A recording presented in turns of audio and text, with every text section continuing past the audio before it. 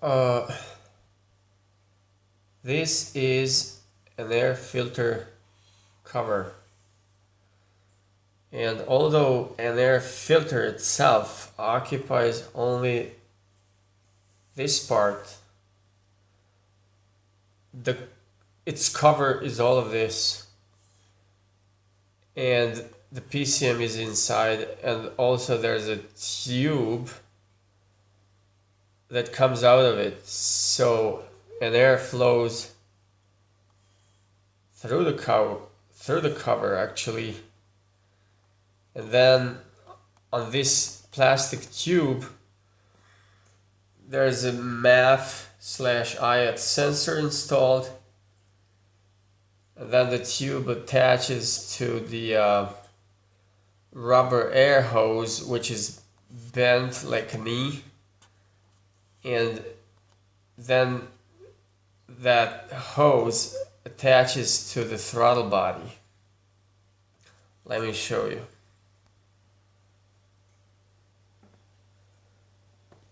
See, there's a ring clip and the screw that tightens that connection between the plastic tube of an air filter cover and the rubber hose that comes after that. Let me show you.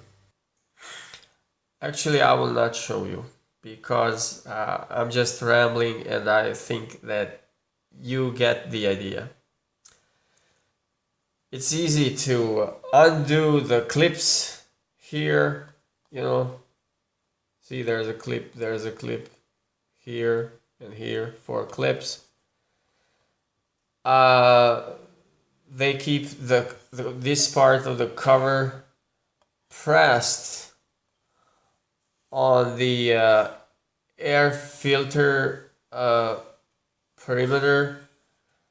An air filter resides in this case, okay? And there has to be a seal. An air is supposed to go through the filter, not bypass the filter, which is what happened in my case.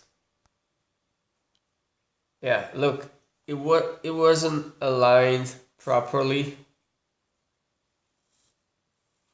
and I know why this happened. Probably the person who did this, when they installed it back, they did not remove the cover completely. They just undo the clips and then just lift the cover on one side, and then just pushed and shoved an air filter inside without checking if it properly aligned or not. This should have not happened, guys, you know. Probably some air escaped through here,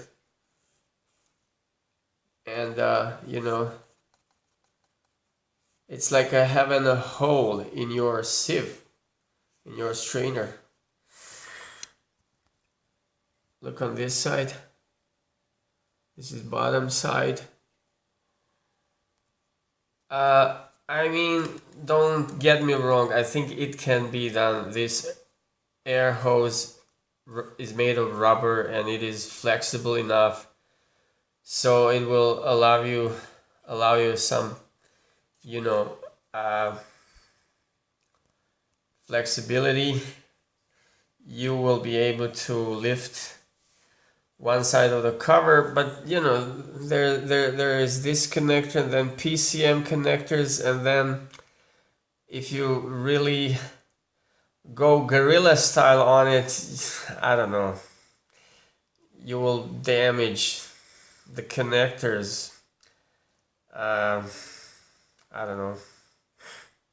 I think the proper way is to remove the whole cover, okay? whatever, I'm rambling. Look, these are those tiny delicate pins, terminals on the PCM, and this is the PCM connector wiring harness side. I mean, you don't want to mess with it, you know. You don't want to bend anything, you know. It's not good. Well, if you do not know how to properly disconnect the PCM connectors, you could do some damage as well, but I will teach you. Look, there are these slots and these tabs. There are, you know, projections that go into these slots, so you have to, you know, I will show you. Look, this bump. So you just use a flathead screwdriver and press down on this tab so that this projection pops out of the slot, and then you pull back, retract these locking handles, and pull out on the connector. This is the view inside of the of an air filter cover tube. See, there's MAF/Hyatt sensor inside, and you know, by removing it, you're able to vacuum clean this case, right? And when you remove the case, an air filter case, voila, you have a bald version of your engine, right? There's an intake, fuel rail with injectors, ignition coils, camshaft position sensor. These are connectors for the air-fuel ratio and an oxygen sensor. There is a throttle body, TPS, the purge solenoid valve. Okay, see these two hoses. This one comes all the way from charcoal canister. It goes down to the purge solenoid valve. Okay, and this one, it is a ventilation hose or a breather hose. It is a part of the PCV system. Let me show you. It goes on this side, just in front of the throttle plate. Look, it is mounted just in front of the throttle plate. This hose supplies of fresh air into the crankcase, and there the fresh air mixes with the blow-by gases, and then all of it is escorted, well, I don't know if that's the right word, but anyways, they are siphoned into the intake through the PCV valve, and they are burned inside of the engine.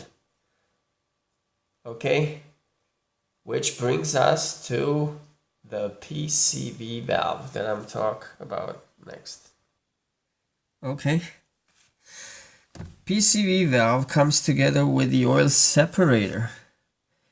They are bolted 1, 2, 3, 4, 5, 6, 7 bolts on the engine block, just behind the intake manifold. And yeah, PCV valve, there's a hose attached to it, and it siphons blow-by gases into the intake. So there's a hose that ends up on the intake, right on the same location where the hose that comes from the brake booster and where the map sensor hose attaches to the intake. Let me show you. Well, there is not much to show because it's not whatever. So this is the PCV hose that comes from the PCV valve and attaches to the intake. This is the hose from the map sensor, and this is pipe and then hose and then whatever that comes from the brake booster, and they attach to the intake on the same location. Okay. Now, if the PCV valve goes bad, you have to replace this whole unit, oil separator and the PCV valve. Okay. Hey, this PCV valve should be closed at idle because the vacuum that is applied to it during idle pulls on the plunger, and there is a spring that pushes open the plunger.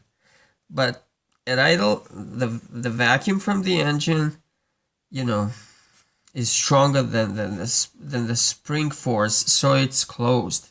Okay, so there's no flow through the valve. Versus the higher RPM, there's no vacuum applied to the PCV valve, and the valve is open, so the blow-by gases go freely into the engine. So there is flow through the PCV valve. Now, if it is open at idle, well, you will have some kind of an internal vacuum leak. But you know, it's not a classical vacuum leak because an air that goes into the engine is not an unmetered air. Remember I showed you the ventilation hose? It is right in front of the throttle plate, and all of the air that reaches the throttle plate is passed through the MAF sensor, so it is well registered. Anyways, I'm rambling.